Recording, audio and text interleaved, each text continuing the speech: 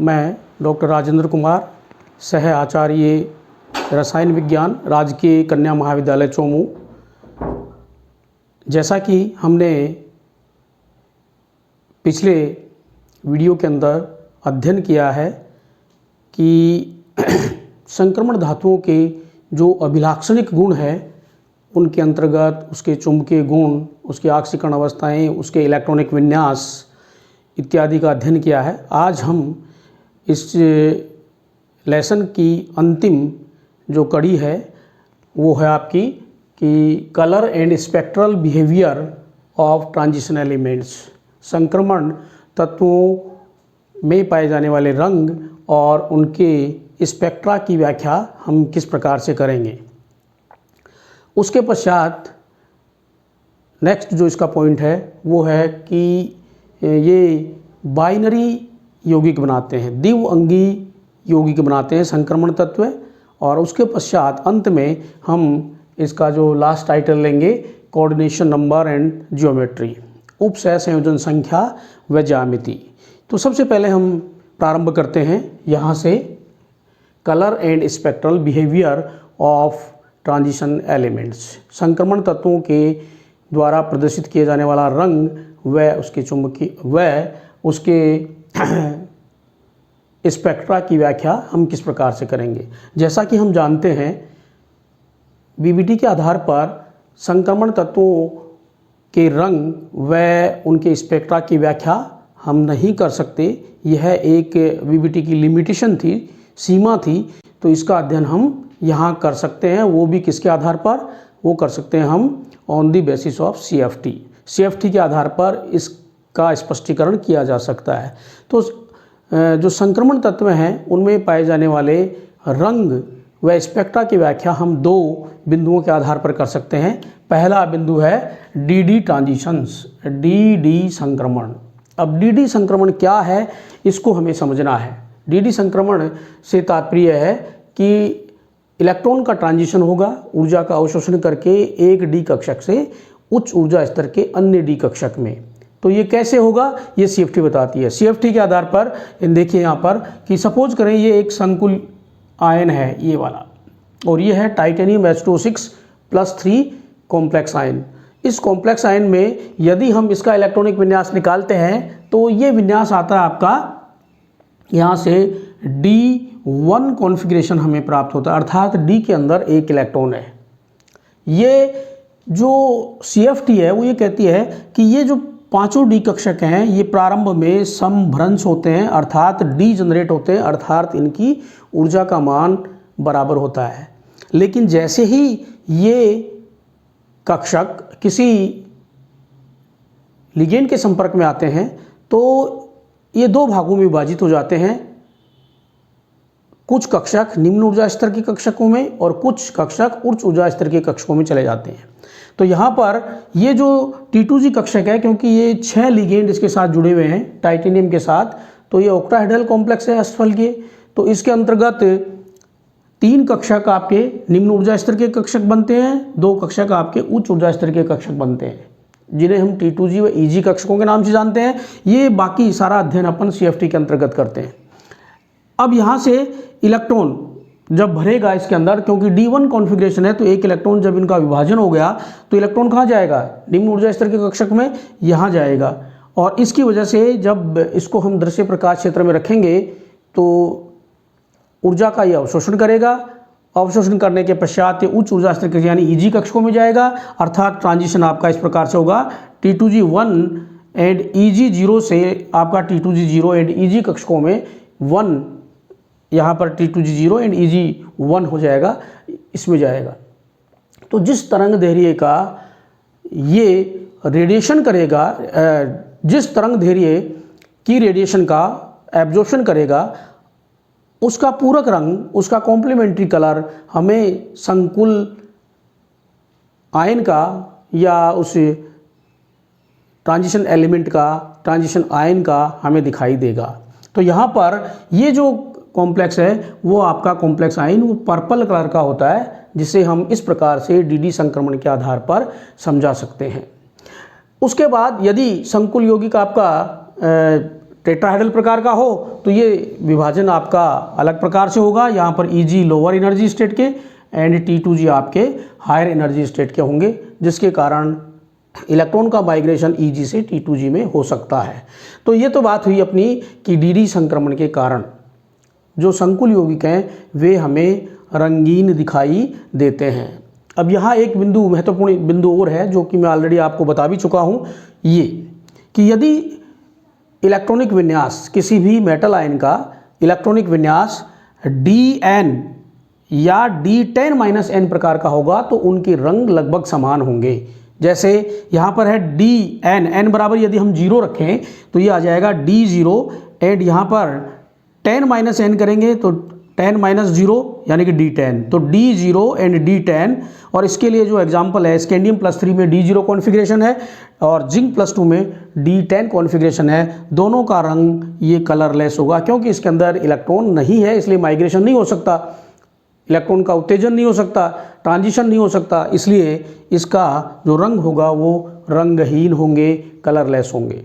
उसके बाद हमने लिया D1 और यहाँ पर 10-1 यानी कि D9। D1 एंड D9 इसका एग्जाम्पल है vanadium +4 ion and copper +2 ion, जिनमें इस प्रकार का विन्यास पाया जाता है।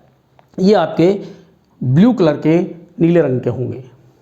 ठीक इसी प्रकार D2 एंड D8, इनके D2 में वेनेडियम +3, D8 में निकिल +2 आयन और इनका जो रंग है वो ग्रीन कलर का इसका रंग होगा। ठीक इसी प्रकार D3, D7 के अंदर D3 में वेनेडियम +2 एंड D7 में कोबाल्ट +2 आयन, तो इनका जो कलर है वो पिंक कलर का गुलाबी रंग के संकुल आयन बनाएंगे। उसके बाद D4 chromium +2, D6 Fe+2 ion, ये हरे रंग के ग्रीन कलर के। लास्ट में आपका D5 जो कि Mn+2 का होता है, Fe+3 का होता है, ये येलो पीले रंग के संकुल आयन होते हैं और कॉम्प्लेक्स बनाते हैं। उसके पश्चात इसका दूसरा बिंदु और है, वो है चार्ज ट्रांसफ़र स्पेक्ट्रा, जिसके कारण से भी हमें ये संकुल आयन रंगीन दिखाई देते हैं, कलर दिखाई देते हैं। क्या है चार्ज ट्रांसफ़र स्पेक्ट्रा? सिंपल सी बात है। इसके अंतर्गत देखिए कुछ आयन ऐसे होते हैं जैसे फॉर एग्जांपल MnO4-, तो MnO4 जो माइनस है उसके अंतर्गत अपन बात करें तो इसकी जो ऑक्सीकरण अवस्था है वो +7 होगी, और यदि +7 ऑक्सीकरण अवस्था है तो इसका जो विन्यास होगा वो D0 होगा। D0 का मतलब कि इसमें इस प्रकार से ट्रांजिशन तो संभव है नहीं, ट्रांजिशन संभव नहीं है, तो इसका मतलब ये रंगहीन होना चाहिए, जबकि वास्तव में ये गहरे पर्पल कलर का, बैंगनी रंग का संकुल आयन बनाता है, संकुल यौगिक बनाता है। तो क्यों बनाता है? D0 कॉन्फ़िगरेशन होने के परिणाम स्वरूप भी उसका कारण है चार्ज ट्रांसफ़र, आवेश का स्थानांतरण। ये अपने जो लिगेंड के जो कक्षक हैं उनमें जो अतिरिक्त आवेश पाया जाता है उसका स्थानांतरण मेटल के रिक्त विपरीत बंदी कक्षकों में हो सकता है। मेटल से आपका लिगेंड की तरफ आवेश का स्थानांतरण हो सकता है, जिसके कारण ये यौगिक हमें रंगीन दिखाई देते हैं। यहाँ पर भी एक विशेष बिंदु है कि देखिए यहाँ पर D0 सभी के अंदर D0, टाइटेनियम +4 D0 इलेक्ट्रॉनिक विन्यास है। ठीक इसी प्रकार वेनेडियम +5 इसमें भी D0 विन्यास है। ठीक इसी प्रकार से chromium +6 ion D0, Mn+7 D0, सभी में D0 है, लेकिन इनका कलर की इंटेंसिटी, तीव्रता बढ़ती जाती है। ये सबसे पहले है कलरलेस, उसके बाद में है वेनेडियम का ऑरेंज येलो, ठीक इसी प्रकार क्रोमियम का ऑरेंज और Mn का डार्क पर्पल कलर का ये मेटल आयन है। तो ऐसा क्यों होता है?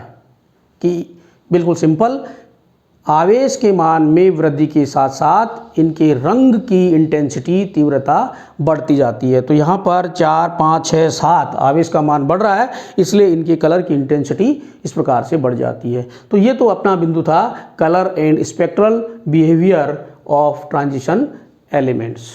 इसके पश्चात इसका जो अगला बिंदु है वो है आपका बाइनरी कंपाउंड्स, द्विअंगी यौगिक। द्विअंगी यौगिक का मतलब है कि मेटल और उसके साथ में ये लिगेंड, तो मेटल के साथ में लिगेंड बन करके जुड़ करके ये बाइनरी कंपाउंड बनाते हैं जितने भी संक्रमण तत्व हैं। और सिंपल सी बात है, इसमें ज़्यादा आपको पढ़ने की आवश्यकता नहीं है।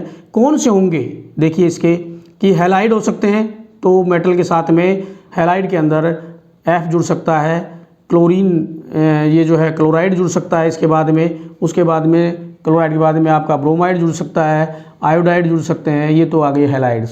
ठीक है, इसी प्रकार से इसके साथ में इसके ऑक्साइड्स हो सकते हैं और इसके सल्फाइड्स हो सकते हैं। जो भी आप इसमें बनाना चाहें, कार्बोनेट हो सकते हैं। ये सारे के सारे ये जो जुड़ करके बाइनरी कंपाउंड का निर्माण करते हैं। अब क्या होते हैं बाइनरी कंपाउंड? बिल्कुल सिंपल सी बात है कि ये सामान्य ताप पर स्टेबल होने चाहिए, कमरे के ताप पर स्टेबल होने चाहिए, वायु के द्वारा इनका जो है रिडक्शन नहीं होना चाहिए, डिकम्पोजिशन नहीं होनी चाहिए, असमानुपातन नहीं होना चाहिए, बहुत सारे बिंदु है। यानी कुल मिला के बात यह है कि ये स्टेबल होने चाहिए। और स्टेबल कौन से होते हैं ये हमें पता है। ऑक्सीडेशन स्टेट अपन ने पढ़ी है, मेटल की ऑक्सीडेशन स्टेट, ऑक्सीकरण अवस्थाएं। तो कौन सी ऑक्सीकरण अवस्था स्टेबल होती है, उसका हैलाइड या उसका ऑक्साइड या उसका सल्फाइड या उसका कार्बोनेट, जो भी आप इसमें बनाना चाहे, नाइट्रेट, सल्फेट, सल्फाइड, ये सारे आपके कौन से स्टेबल होंगे? जिसकी ऑक्सीकरण अवस्था स्थायी होगी वो आपका स्टेबल बाइनरी कंपाउंड बनाएगा। उसके बाद में हम बात करेंगे इसके अंतिम बिंदु की, जो कि महत्वपूर्ण पॉइंट है आपका, और वो है हमारा coordination number and geometry. Coordination number और उसके साथ में ज्यामिति। तो क्या है ये बिंदु? बिल्कुल सरल है, कोई दिक्कत नहीं, एक बार समझ जाएंगे हम उसको एक्सप्लेन आसानी से कर सकते हैं। देखिए जैसा मैंने यहाँ लिखा है कि यदि Cn का मान 6 है तो आपका संकुल यौगिक ऑक्टाहेड्रल यानी अष्टफलकीय प्रकार का होता है, हम जानते हैं। यदि Cn का मान 4 है तो वो टेट्राहेड्रल या स्क्वायर प्लेनर हो सकता है। तो हमें इसका 1 बाय 1 करके एक्सप्लेनेशन करना है। आज हम इसके अंतर्गत एक्सप्लेन करेंगे ये जो Cn बराबर 6 यानी कि संकुल यौगिक जो है आपका, वो यदि ऑक्टाहेड्रल है तो उसकी ज्यामिति और उसके चुंबकीय गुणों को हम किस प्रकार से एक्सप्लेन करेंगे। बिल्कुल सिंपल, इसमें हम एक एग्जांपल लेते हैं, वो है K4FeCN6। ये एक संकुल यौगिक है, इसकी ज्यामिति हमें on the basis of VBT explain करनी है। तो बिल्कुल सिंपल कुछ बिंदु हैं जो हम इस क्रम से चलेंगे, आसानी से उसको एक्सप्लेन करेंगे। सबसे पहले यहाँ पर हम लिखेंगे CMA यानी कि सेंट्रल मेटल एटम क्या है, केंद्रीय धातु परमाणु क्या है, और यहाँ हमें पता है कि ये Fe आयरन है। उसके बाद में नेक्स्ट पॉइंट लिखेंगे ऑक्सीडेशन जो स्टेट है इसकी ऑफ Fe की ऑक्सीकरण अवस्था इसके अंदर +2 है, जैसा इसमें दे रखा है हमने निकाल लिया। उसके बाद में है Cn, कोऑर्डिनेशन नंबर क्या है ये अपन पढ़ ही रहे हैं, कोऑर्डिनेशन नंबर बराबर 6। और उसके बाद में उसकी ज्यामिति क्या है, यानी कोऑर्डिनेशन नंबर अपने को पता लग गया 6, तो हम उसकी ज्यामिति बता सकते हैं। और ज्यामिति कौन सी है? ऑक्टाहेड्रल, अष्टफलकीय इसकी ज्यामिति है। यदि अष्टफल की ज्यामिति के बारे में हमें पता लग गया तो हम बता सकते हैं इसके बाद में कि इसमें पाए जाने वाला संकरण क्या है, हाइब्रिडाइजेशन क्या है, और ये हम बता सकते हैं यहाँ पर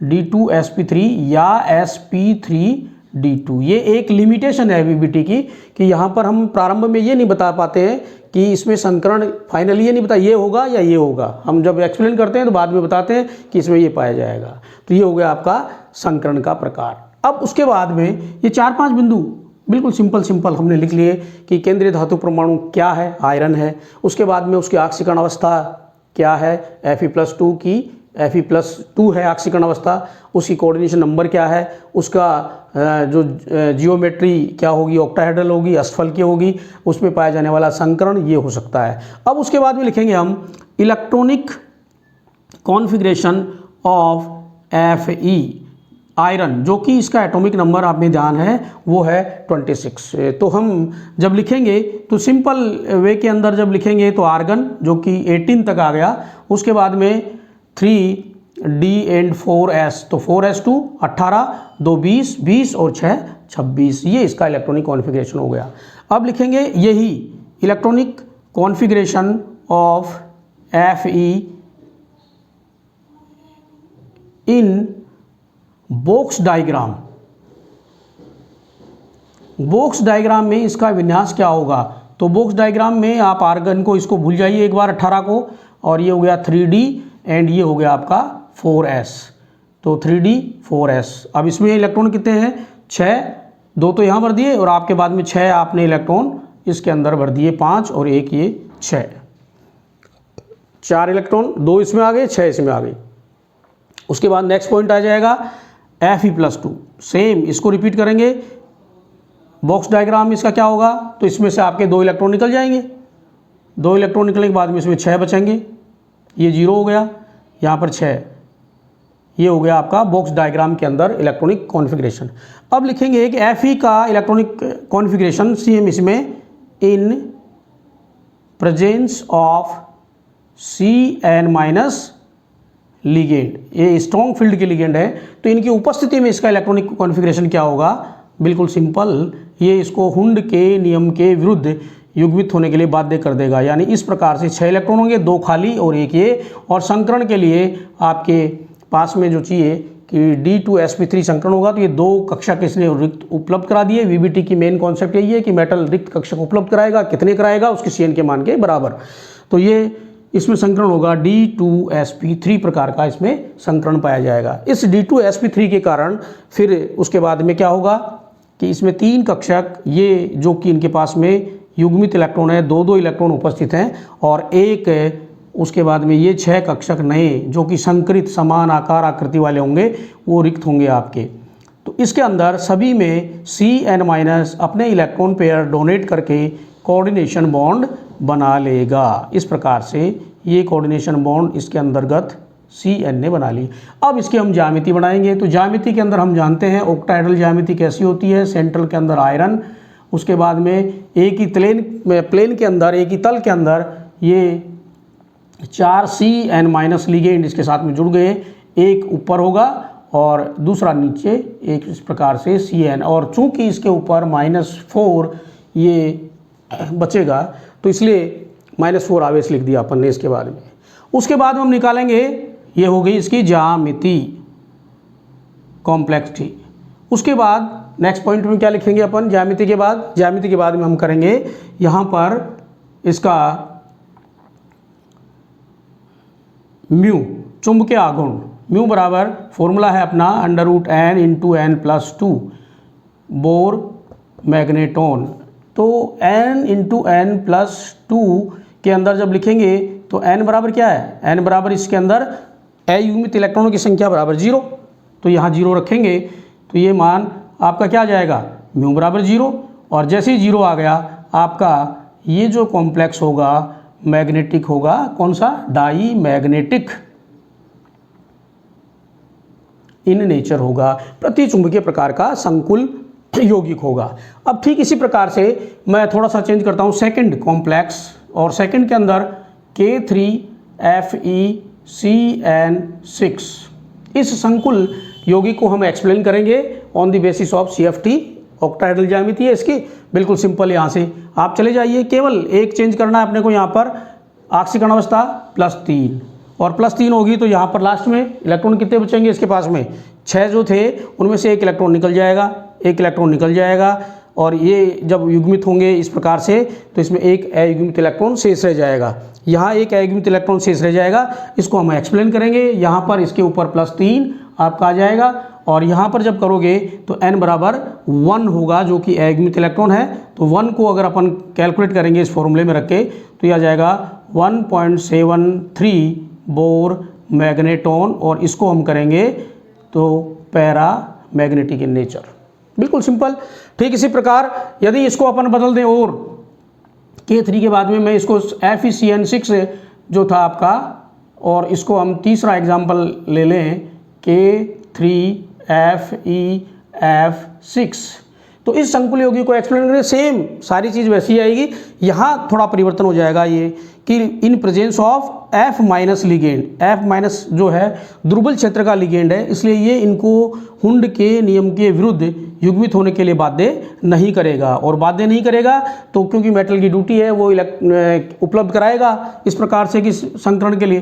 तो आगे से इसमें ये आपका था 4p तो 4d जो कक्षक हैं आपके, उनमें से इलेक्ट्रॉन वो ये कक्षक उपलब्ध कराएगा। तो कितने हो जाएंगे यहाँ से sp3d2 2d कक्षक, तो इसमें संकरण हो जाएगा sp3d2। बाकी सेम चीज़ वैसे की वैसे आएगी, ये बदल जाएगा आपका म्यू बराबर √n, n बराबर 5 और 5 + 2 बराबर 7 और 7 × 35 √35 बराबर 6 से थोड़ा सा कम, यानी कि 5.93 बोर मैग्नेटोन, अर्थात ये भी पैरा मैग्नेटिक इन नेचर का होगा।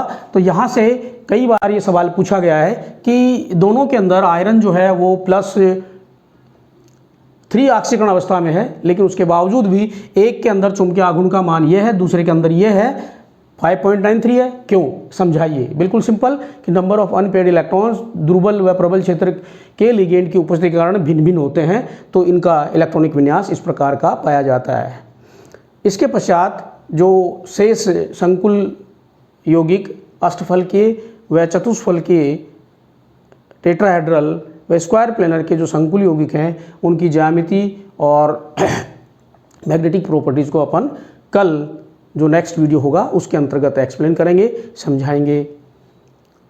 धन्यवाद। आप इसे साथ ही साथ तैयार करते रहें, जिससे किसी प्रकार का सवाल हो तो उसका समाधान सही समय पे किया जा सके।